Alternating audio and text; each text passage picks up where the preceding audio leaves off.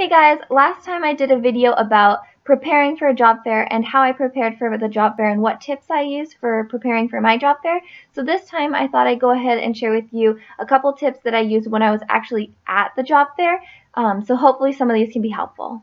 If you can, and if you sort of already know what the lay of the land is at the job fair and how things are going to go, I kind of would recommend coming up with a little bit of a game plan. We had a business come speak to us the day before, and I knew they were going to be at the job fair, and I felt a little bit more comfortable with them. So I just went into the job fair saying to myself, I'm going to go speak with them first. That way I can kind of like assess the situation, calm my nerves or whatever, and like center myself, but with speaking with them first, and then I could continue on with other companies as opposed to jumping right in. Just for me, I felt more comfortable with that.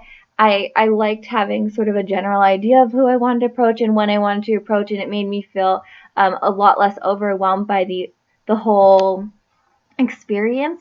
When I got there, it was really crowded, and so I was really glad that I had some sort of plan going into it, so that might be something to consider. Another thing that made me feel really confident when I was actually at the booth is that, as I mentioned, I had my resume edited multiple times, but I also made sure that I took like pretty good care when I printed it out and that I had it in like a nice folder, and I even went out and got nice paper, which I felt a little silly buying, like nicer paper, but at the same time I think people really responded well to it. I definitely got a couple compliments on my resume, and regardless, I felt really confident being able to give people a resume that I was really proud of. Almost every booth was taking resumes, but I just felt so confident being able to give them a resume that I really felt comfortable and confident and like I could stand behind and that represented me and that looked like I had taken time and put effort into. And I think just the fact that,